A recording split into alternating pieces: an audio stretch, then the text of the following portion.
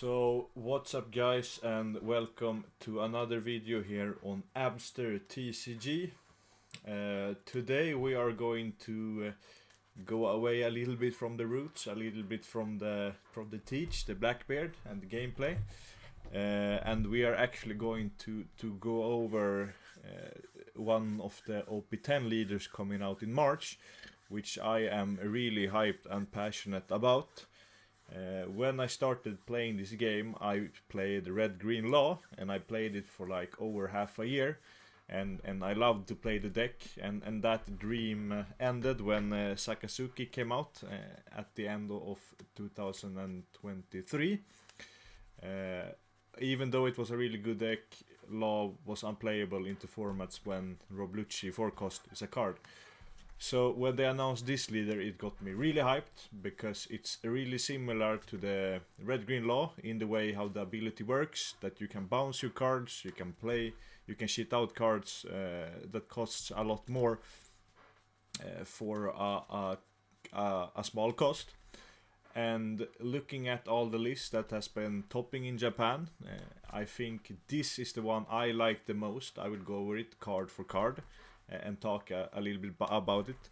So if you're here for like the teach gameplay or anything, this is not a gameplay video. I'm just going to talk about all the cards in this deck. So first off, we have the leader.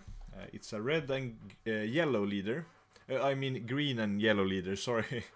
And the ability is Don X1, activate main.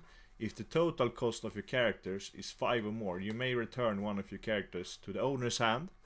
Reveal one card from top of life. If that card is a supernova type character with a 5 cost or less, you may play that card.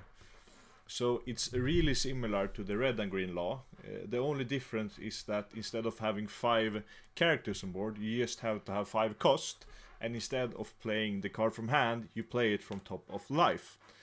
So the condition to play the card is a little bit easier, because you only need 5 cost, but the way to play it is a lot harder, because you have to do it from top of life.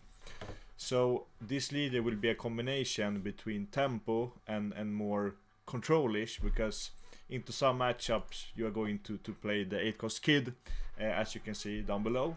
But I'm going to go over card for card and talk a little bit about what I think about them and how you can use them in the deck. So first off, we have the yellow Beige, I don't know how to say his name in English. But he's a 2k, he's a 1/0. On play, you may add the 1 card from the top of your bottom of life to your hand, then add up to 1 supernova type character from your hand to the top of your life cards face up. So we could say that this is a supernova Hiyori that only works with supernova cards, but in this deck we don't really care about it, because we are only going to put the supernova cards on top. So this is an excellent way to manipulate your life cards to play out, for example, your 5-cost Laws, Bonnie, Cavendish, and also he's a prime target for the bounce of your leader. So what you can do is you can play him, put the card on top of your life, and then you add this back to the hand, so you have the 2k in the hand, or if you need effect for further turns, you can do it, and then you get to play the 5 cost. So it's a really good card for the deck. Then we're playing 4 of the Bonnie. I don't think I have to explain this card that much. It's a searcher, and it's not the best one in the deck, because we're going to go to Luffy after this, but it's really nice to search, bounce her to the hand, so you can just do it again and again and again, just to push the advantage of the deck. So then we are playing the new Luffy from OP10. So he is a regular searcher. On play, look at the top 5 card of your deck and reveal 1 supernova card except Monkey D. Luffy and add it to your hand. So he's basically your regular searcher, but for yellow supernova, and searches all supernova cards. But the added benefit of it is that you can bounce him a lot in this deck and play it again to search your deck even more to find those supernova cards that you need. So it's slightly better than Bonnie, because Bonnie needs 2 Don to actually work, and this one only needs 1 Don. So you will loop this card a lot, and you will most likely prioritize to get as many as these as possible in the hand. And then we play the Hiyori. I don't think I have to explain this one either. It's the Beji, but for every card. It's a 2k. So it's additional consistency if you don't find your Beji or if you don't find your Bonnie, that will go for see later. So, and it's a 2k too, so you can never go wrong with it. And then we play a card I think is a little bit spicy, and I think I never seen play before this game, and it's the Caramel. So she's from OP4. Your turn on play, draw one card. So she is like a Bonnie and a Luffy in the sense that you play her, you get one card, and then you can bounce her for one of your other cards, which is really good for this deck. I was really hyped when I read this effect the first time, because I love to play decks that draw a card and searches, and you get a lot of options. So this is a really good addition to this leader.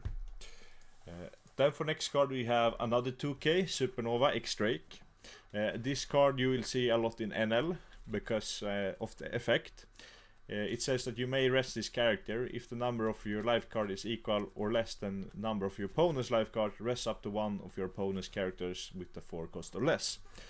So in this deck it's most likely almost always a 2k. You can do it to rest these 4 cost blockers, for example Rebecca, and into the Blackbeard matchup you could rest Burgess and attack it if you stick it. So this is a way to rest the cards you need, but also 2k. NL will probably like this card a lot more because you can rest the Burgess and then swing hard at it.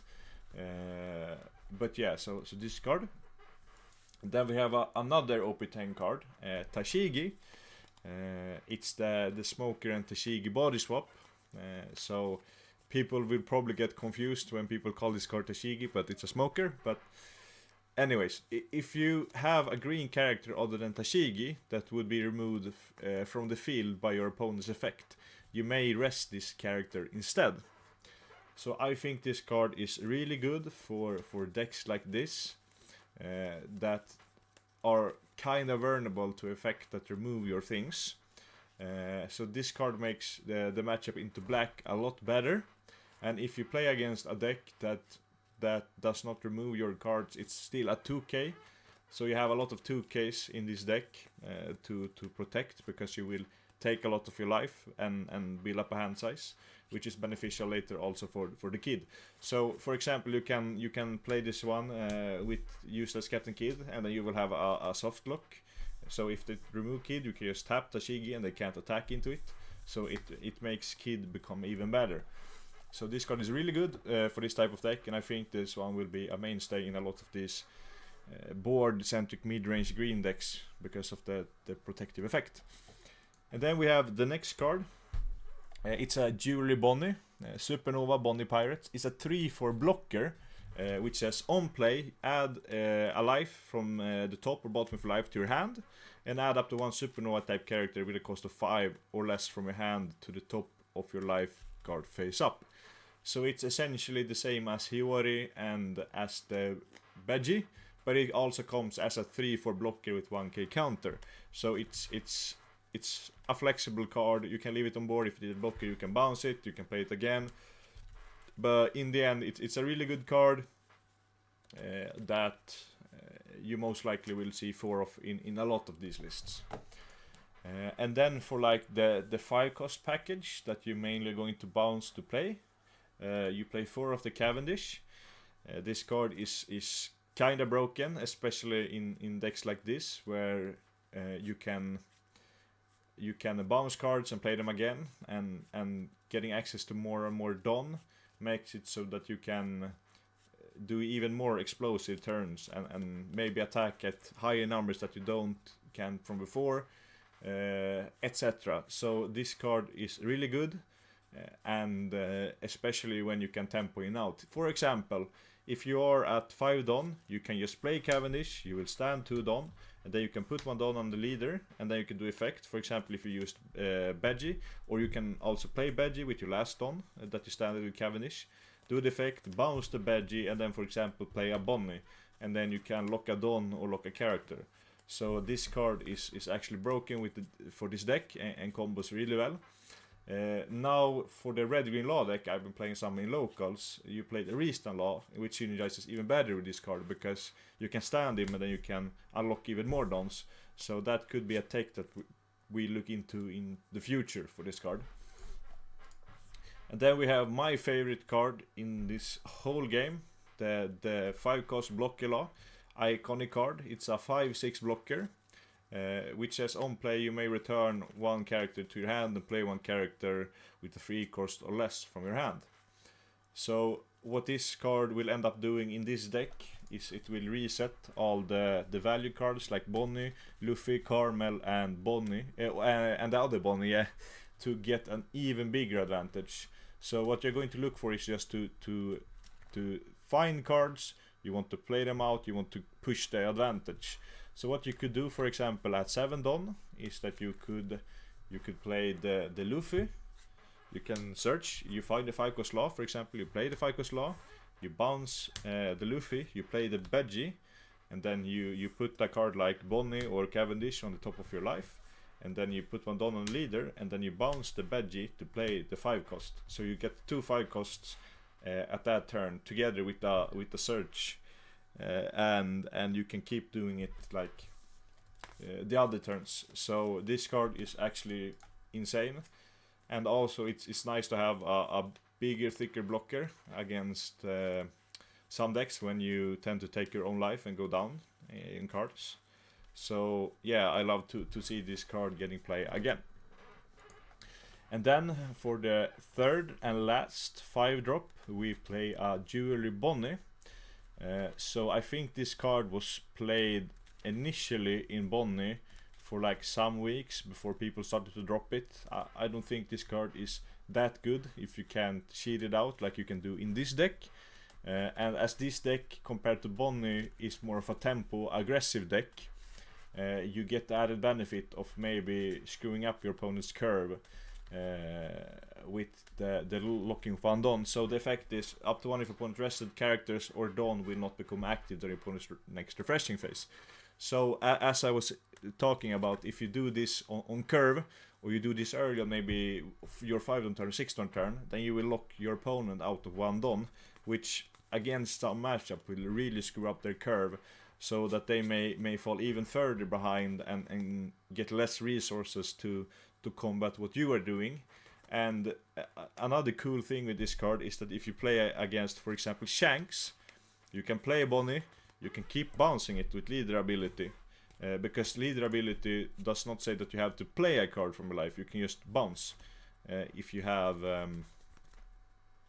characters of 5 or more. So what you can do is that you can end up just bouncing Bonnie and player to lock out the Shanks player from getting his 10-drop, from getting Roger, from getting the 10-drop and Roger. So he could go Dragon or Rayleigh, but you can block him from these more important cards. And if you play against Heat, for example, he will most likely have Black Hole on you, but if he does not, then you can lock him out from 10-cost each and into...